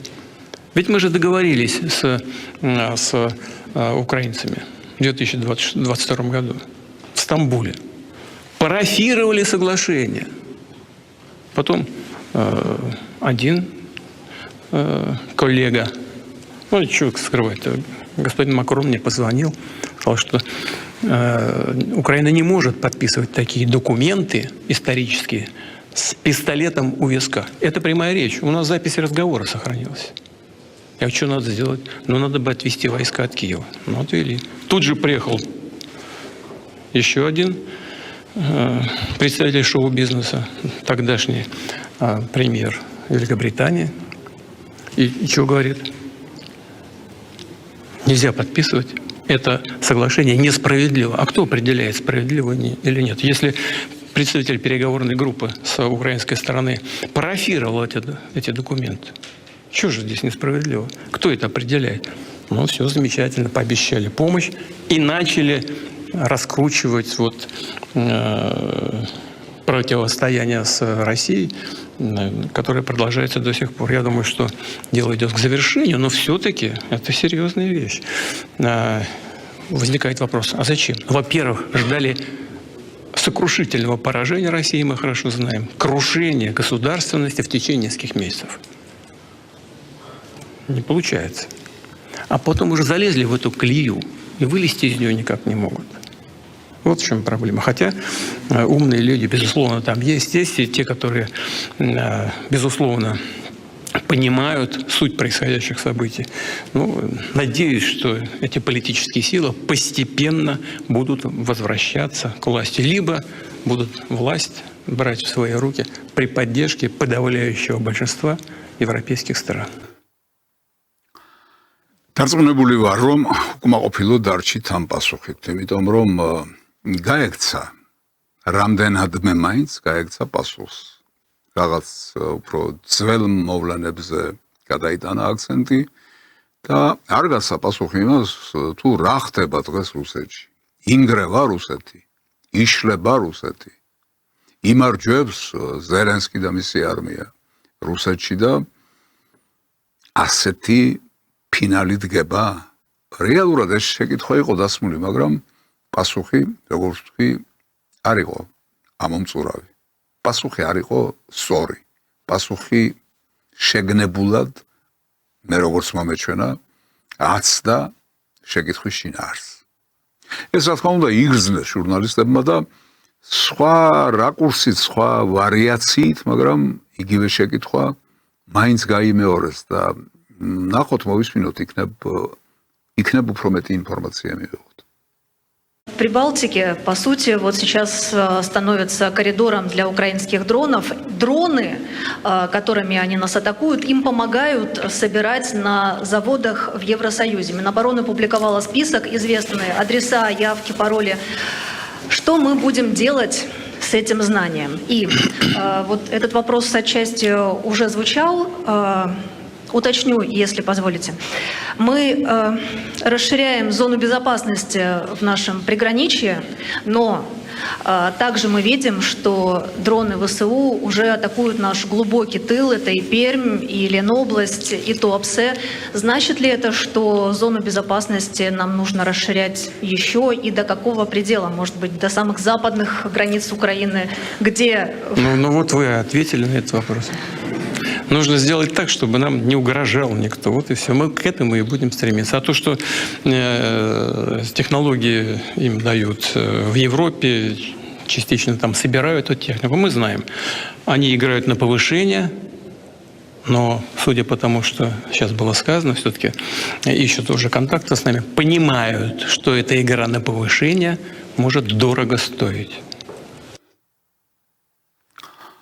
ცოტა უფრო ახლოს მივედით, თუმცა დაუკმაყოფილებლობის გრძნობა მაინც რჩება. იქნებ სხვა რამემ შეგვივსოს ეს დაუკმაყოფილებლობა, ვნახოთ შემდეგ. კიდევ მიუბრუნდები ამ თემას, მაგრამ მანამდე რა კი ვლადიმერ პუტინმა აქ უპასუხა რამდენიმე ჩვენთვის საინტერესო შეკითხვას, ბარემ არ გამოვტოვებ ამას. ეს იყო ის საკითხი, რასაც ქვია Амерიკის შეერთებული შტატების Дональд Трампის визити ჩინეთში, როგორ უყურებს ამას რუსეთი. Известно, что сейчас идет активная подготовка вашего визита в Китай. Также ожидается встреча Трампа и Си Цзиньпина. Вот скажите, пожалуйста, есть ли какая-то связь между этими двумя дипломатическими контактами? И также, если можно, расскажите, какие бы вопросы ключевые вы хотели бы обсудить с Си Цзиньпином? Спасибо. Ну, здесь нет никакого секрета. Во-первых, мы всегда об этом говорим. Взаимодействие России и Китая является важнейшим фактором сегодня по стабилизации международных отношений. Ведь у нас почти не осталось договоров, которые регулируют сферу безопасности, сферу разоружения и контроля за ядерным оружием. И взаимодействие таких государств, таких стран, как Китай и Россия, безусловно, является фактором сдерживания и стабильности. Это первое. Второе, это наш крупнейший торгово-экономический партнер. Ну, слушайте, свыше 140 миллиардов долларов. Это приличный оборот. И он растет. Второе. Третье. У нас и он диверсифицирован. И эта диверсификация продолжается за счет высокотехнологичных отраслей. Что очень важно. Я хочу поблагодарить руководство Китайской Народной Республики за то, что и вот мой друг, как я говорю, говорит с полным основанием, председатель КНР господин Си Цзиньпинь, он поддерживает лично, я вижу это, чувствую, поддерживает эту диверсификацию в направлении высокотехнологичных отраслей. Но есть еще и вопросы сферы энергетики. Здесь и атомная энергетика. Мы же продолжаем работать с Китаем. Мы же продолжаем строить атомные блоки. Это альтернативные виды энергии. Китай преуспел в этом значительно, но тем не менее есть и возможность посотрудничать. Это космос, это традиционная энергетика, это углеводородная. И нефть, и газ. Вот сейчас не буду тоже пока говорить об этом, но в принципе мы в высокой степени находимся договоренности, потому чтобы сделать серьезный, очень существенный шаг вперед в сотрудничестве в газовой и нефтяной сфере. Серьезный. Ну, просто не буду забегать вперед, поэтому по этим вопросам. Я так вот вижу, мне докладывали мои коллеги. Практически все основные вопросы согласованы. И если удастся их доработать и поставить точку во время визита, я буду очень рад. Вот. А то, что Соединенные Штаты продолжают контакты с Китаем, ну что это очень важно. Мы это только приветствуем. Это еще один элемент стабильности. უაღრესად საინტერესოა მიდგომა, რომელიც საქართველოში იკითხება ხოლმე. აი, შეხვდნენ ტრამპი და სი ძინპინი ერთმანეთზე, ეს იმას ნიშნავს, რომ პუტინს მიწა მიაყარეს. ასეთი მიუტევებელი ზედაპირულობით და თავქარიანობით ამ მნიშვნელობის მოვლენების შეფასება შესაძლებელია და საშვებია. მე მგონი დიდი შეცდომაა ამაში ჩადებული. ახლა დიდი პროცესი მიდის, ურთულესი პროცესი მიდის. სოფლიო გადანაწილება დაწყებული, ხელახალი გადანაწილება, მაგრამ ამ გადანაწილებას თან ახლავს სოფლიო პოლუსების გამოკვეთის პროცესი. ჯერ არ არის პოლუსები ბოლომდე გამოკვეთილი. კი, რა თქმა უნდა, ვიცით, რომ ეს არის რუსეთი, ჩინეთი, ამერიკის შეერთებული შტატები, ევროპა პრაქტიკულად ჩამოწერილია. მაგრამ ამ სამი პოლუსის დამკვიდრების, თვით დამკვიდრების პროცესი მიმდინარეობს. ჩინეთმა უნდა გადაჭრას ტაივანის საკითხი, რუსეთმა უნდა გადაჭრას უკრაინის საკითხი, ამერიკელებმა უნდა გადაჭრან კრიზისის საკითხი, სისტემური კრიზისის საკითხი. ამ პროცესში ერთმანეთთან უნდა ითანამშრომლონ, თუმცა ეს თანამშრომლობა დაპირისპირებას არ გამორიცხავს. ერთმანეთთან დაპირისპირების გარკვეული დონე მუდმივად არის და იქნება. მაგრამ ერთმანეთთან დაპირისპირება ასევე არ გამორიცხავს ურთიერთთანამშრომლობას. ურთიერთთანამშრომლობის გარეშე ეს პოლუსები დღეს გლობალისტურ მსოფლიოში ვერ იარსებებენ. თქვენ წარმოიდგინეთ, რა მასშტაბის არის სავაჭრო ურთიერთობები, რა მასშტაბის არის სამხედრო კავშირები, რა მასშტაბის არის ბევრი სხვა საკითხი, კულტურული, ჰუმანიტარული და ასე შემდეგ და ასე შემდეგ.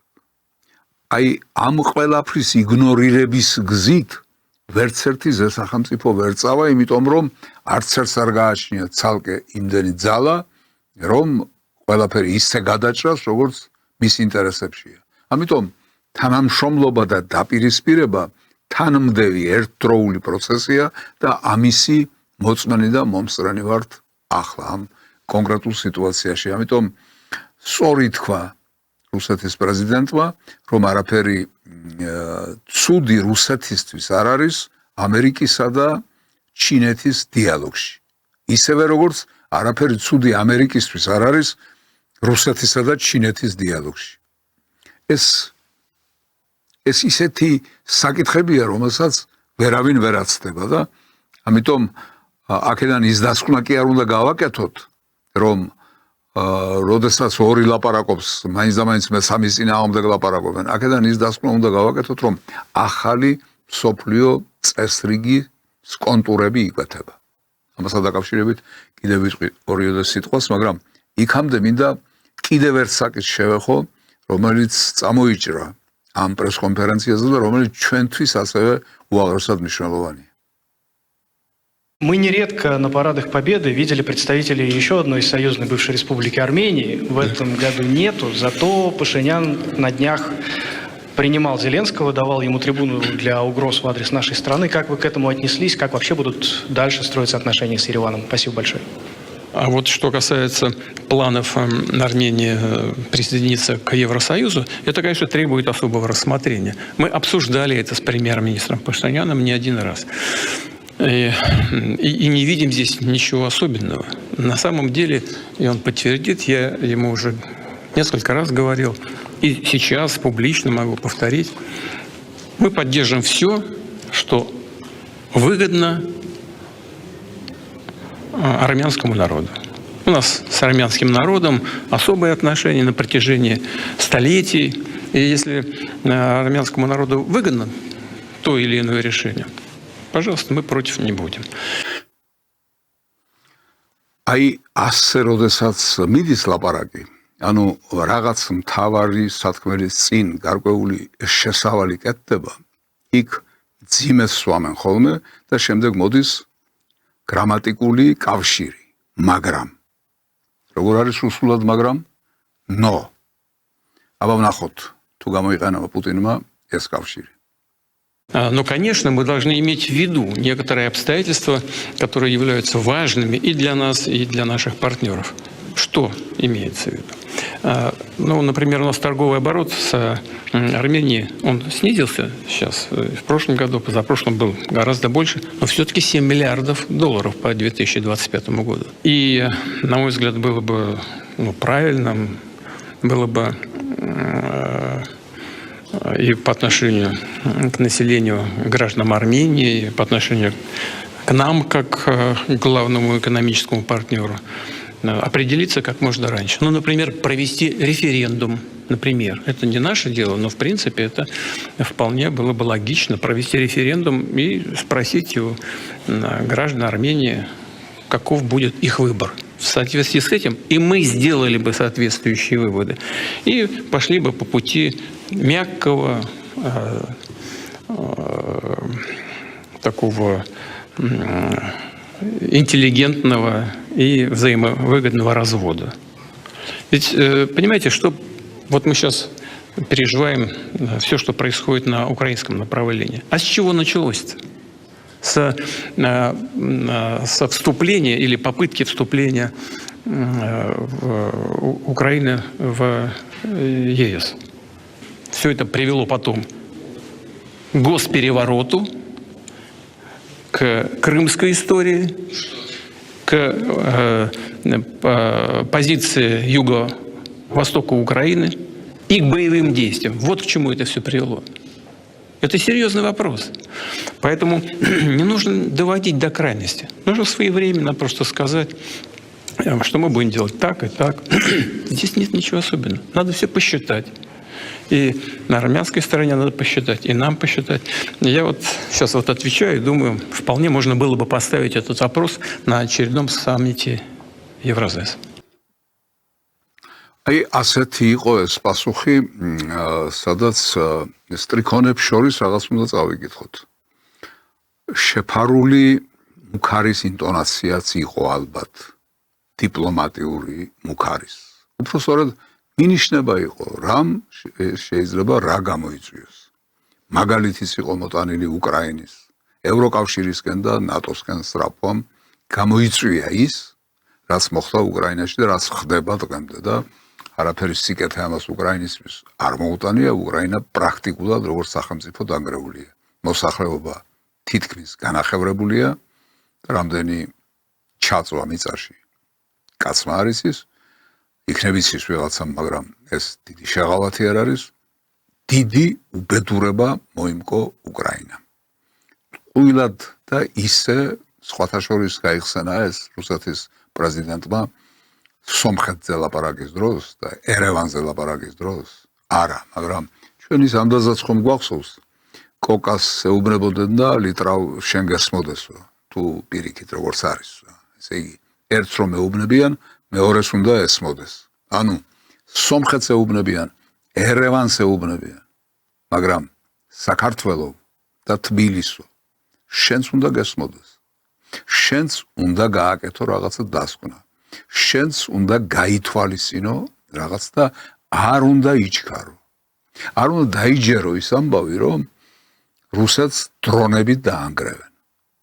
და რუსეთი დაიშლება და რუსეთის ფაქტორი გაქრება და რუსეთის პოზიციები ჩვენ არანაირად არ შეგვეხება. ასეთი მიამიტები და ასეთი გულუბრყვილოები თუ ვიქნებით, შესაძლებელია ღმერთმა დაგვიფაროს, მაგრამ მართლაც ვერ ავწდეთ უკრაინიზაციას რაღაცა ვარიაციით, რაღაცა ნაირსახეობით.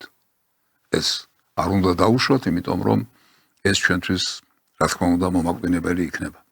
და რაც მთავარია, მშვიდობა, რომელიც დღევანდელმა ხელისუფლებამ და მმართველმა პარტიამ აქამდე მოიტანა.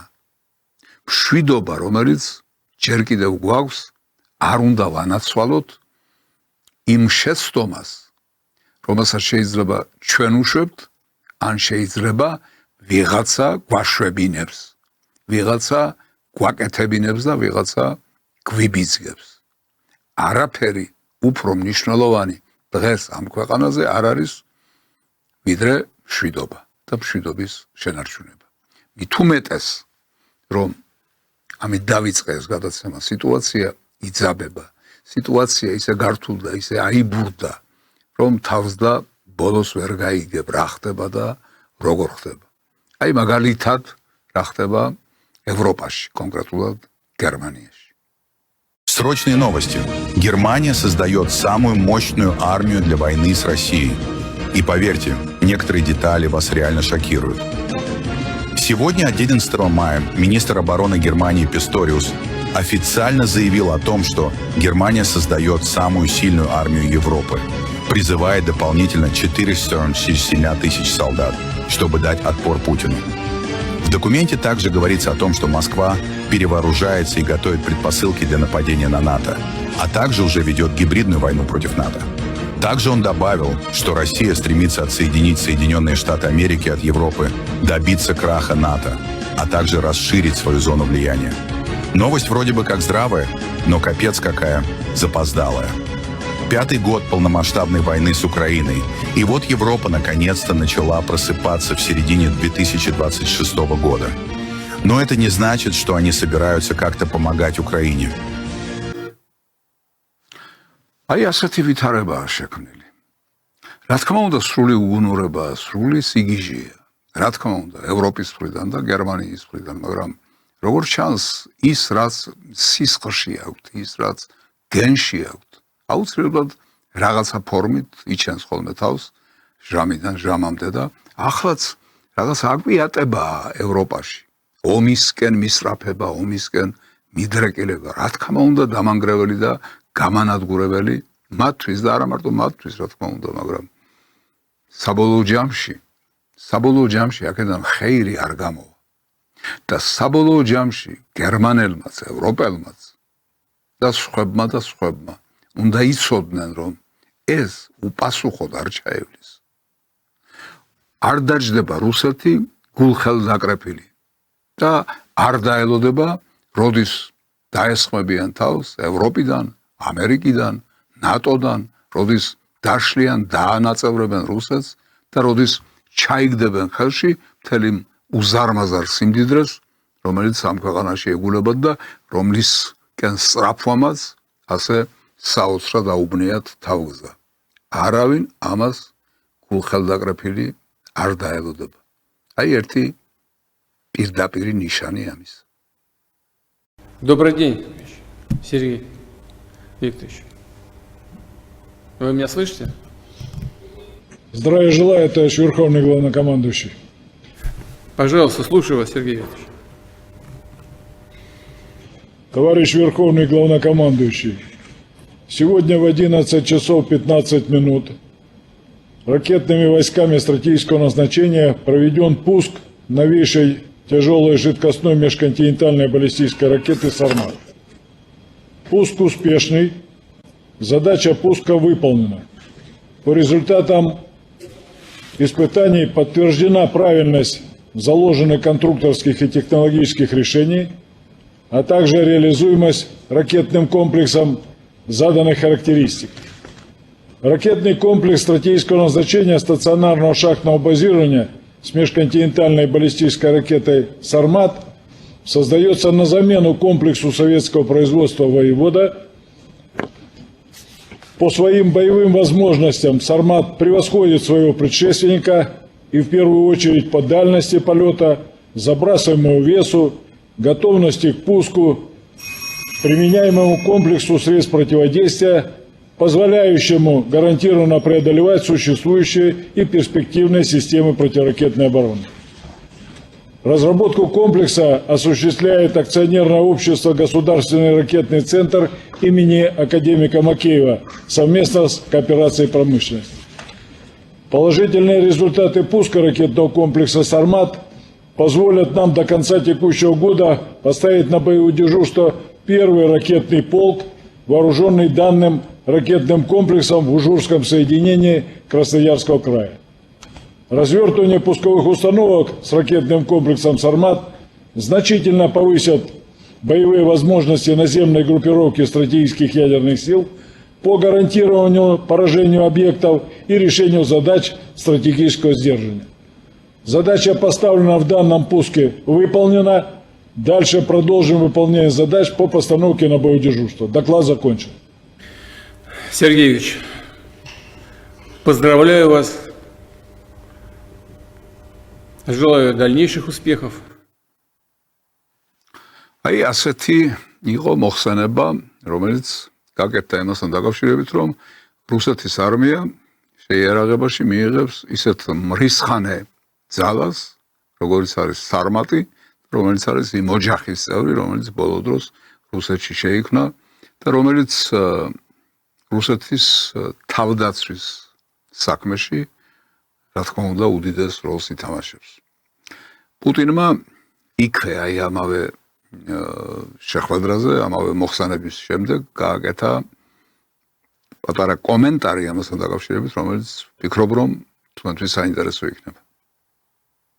Работы по совершенствованию сил сдерживания были возобновлены в России и не прекращаются с начала 2000-х годов. Нам было тогда не до этого, надо прямо сказать. Россия переживала очень сложный период своей истории. Но после выхода Соединенных Штатов из договора по противоракетной обороне в 2002 году мы были вынуждены, хочу это подчеркнуть, вынуждены задуматься над обеспечением своей стратегической безопасности в условиях новой реальности и необходимости сохранения стратегического баланса сил, паритета. И именно поэтому, это еще раз подчеркиваю, в России были начаты работы по созданию перспективных комплексов, не имеющих мировых аналогов, обеспечивающих гарантированное преодоление существующих и перспективных систем противоракетной обороны. Мы поэтапно реализуем принятую в связи с этим программу развития ядерных сил. В 2004 году были начаты работы над ракетным комплексом межконтинентальной дальности «Авангард». С 2019 года он уже стоит на боевом дежурстве. Затем у нас появилась гиперзвуковая ракета воздушного базирования средней дальности «Кинжал», находящаяся на дежурстве с 2017 года. Она уже применяется в ходе специальной военной операции, но работа по ее совершенствованию, в том числе по повышению точности в неядерном оснащении, продолжается. С 2025 года на боевое дежурство поставлен ракетный комплекс средней дальности наземного базирования «Орешник», который также может быть оснащен ядерными боеголовками.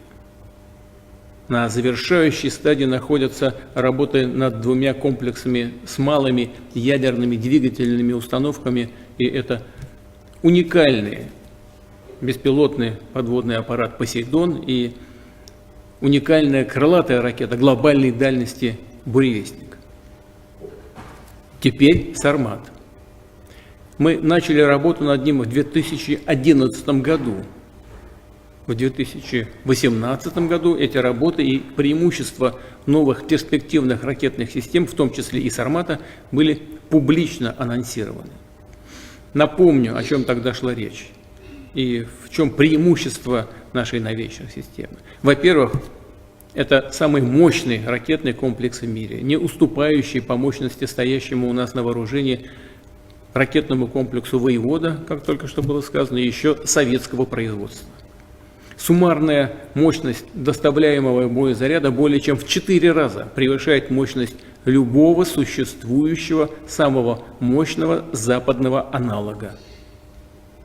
Во-вторых, и это главное, ракета может двигаться не только по баллистической, но и по суборбитальной траектории, что, в-третьих, позволяет обеспечить дальность применения свыше 35 тысяч километров с одновременно улучшенными в 2 раза характеристиками по точности.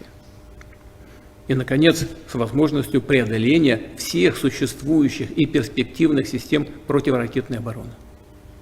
В конце текущего года «Сармат» действительно будет поставлен на боевое дежурство.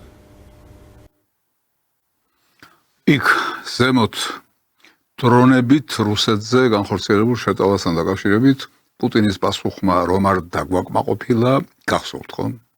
მაგრამ ახლა მან ამომწურავი პასუხი გაგვცა თუ რა როგორ შეიძლება განვითარდეს. ის რომ ვერც დრონებით და ვერც სხვა სახის შეიარაღებით რუსეთს ვერავინ დააჩოქებს, ვერავინ დაშლის და ვერავინ წაშლის რუკიდან, ეს ერთმნიშვნელოვანია, ეს ფაქტია. ამიტომ იმ ძალებმა ევროპაში იქნებიან ისინი თუ ამერიკის შეერთებულ შტატებში, თუ ჩვენნაირ პატარა ქვეყნებში, რუსოფობიით შეპყრობილმა ძალებმა ამაზე ფიქრს თავი უნდა დაანებონ, თუ არ სურთ მიიღონ ბირთვული აპოკალიფსისი. რაც სამწუხაროდ გამორიცხული არ არის, მაგრამ იმედია, რომ საქმე აქამდე არ მივა. საქმე აქამდე არ მივა, იმიტომ რომ პარალელურად ფიქრობენ ახალ მსოფლიო წესრიგზე.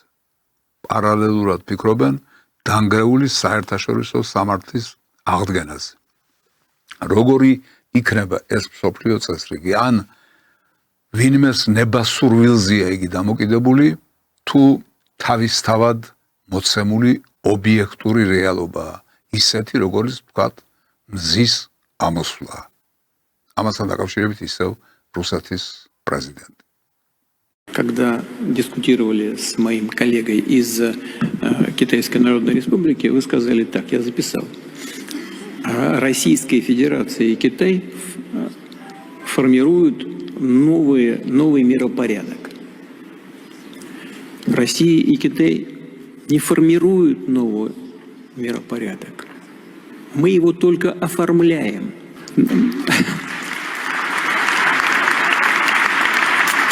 Новый миропорядок возникает естественным образом. Это все равно, что восход солнца. От этого никуда не деться. А мы его оформляем и, может быть, расчищаем дорогу для этого процесса с тем, чтобы он был более сбалансированным и отвечал интересам подавляющего большинства стран. ჩვენ გონებას უნდა მოუხმოთ. ჩვენ უნდა ვიფიქროთ, ვიაზროვნოთ, ვიშრომოთ და რა თქმა უნდა ვილოცოთ, რომ ყველაფერი სწორედ ამ გზით წავიდეს. ახალი მსოფლიო წესრიგის ჩამოყალიბების გზით. ახალი საერთაშორისო სამართლის ჩამოყალიბებისა და ფორმირების გზით. უნდა ვილოცოთ ამაზე. მით უმეტეს რომ ქართულ მართლმადიდებელ სამოციქულო ეკლესიას ყავს ახალი მწყემსთავარი, ახალი თავკაცი, ახალი საჭეთმყრობელი. სრულიად საქართველოს კათოლიკოს პატრიარქი, მისი უწმინდესობა და უნეტარესობა შიო მესამე, რომლის ინტრონიზაციის ერთი ეპიზოდი მინდა შემოგთავაზოთ.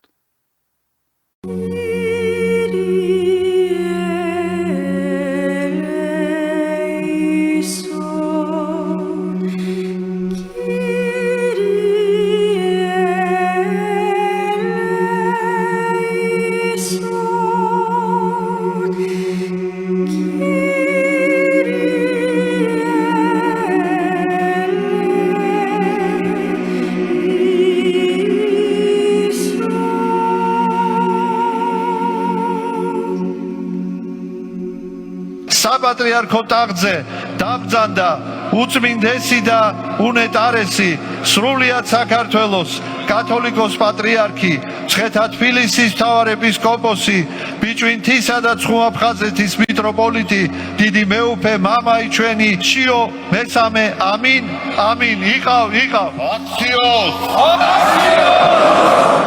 დღეს დიდი მოციქულებრივი და სულიერი მემკვიდრეობის წინ მდგარი შვილებრივი სიყვარულით ვიყრი მუხს ჩემს წინამორბედ დიდ კათოლიკოს პატრიარქთა ღვაწლის წინაშე და შევთხოვ მათ ნეტარ სულებს მომცენ ძალა და შეწევნა რათა მათ მსგავსად როგორც კეთილმა მწყემსმა შევძლო სული დავდო ცხოვართა ჩემთათვის და მორჩილად ვზიდო პატრიარქობის მძიმე ჯვარი როგორც უღელი ტკბილი და ტვირთი მსუბუქი ამ წუთებში განსაკუთრებით გრძნობ რაოდენ ეკლიანი და რთული იყო ჩვენი დიდი სულიერი მამის კათოლიკოს პატრიარქ ილია მეორის მწყემს მთავრობის გზა როგორც მორჩილ და მოყვარულ შვილებს გმართებს მოუფრთხილდეთ მის სულიერ მემკვიდრეობას და გავაგრძელოთ მისი გზა ღმერთის სამშობლოს და ადამიანის მსახურებისა ერთგულებით ვიშრომოთ ეკლესიისა და რწმენის განსამტკიცებლად ხალხში სიყვარულის გასაბრავლებლად ერთობის და მშვიდობის დასამკვიდრებლად. გთხოვთ ილოცეთ ჩემთვის, ილოცეთ ჩვენი ეკლესიის მომავლისთვის, რადგან თქვენი ლოცვა მომცემს ძალას, ერთგულებით და თავმდაბლობით ვემსახურო მართლმადიდებელ ეკლესიას და ღვთივკურთხეულ ქართველ ერს. და ეს სიყვარულით და რწმენით განმტკიცებულნი ერთობით ვადიდებდეთ უფალს და ვიყოთ ერთ სამწყსო და ერთ მწყემს. ამინ.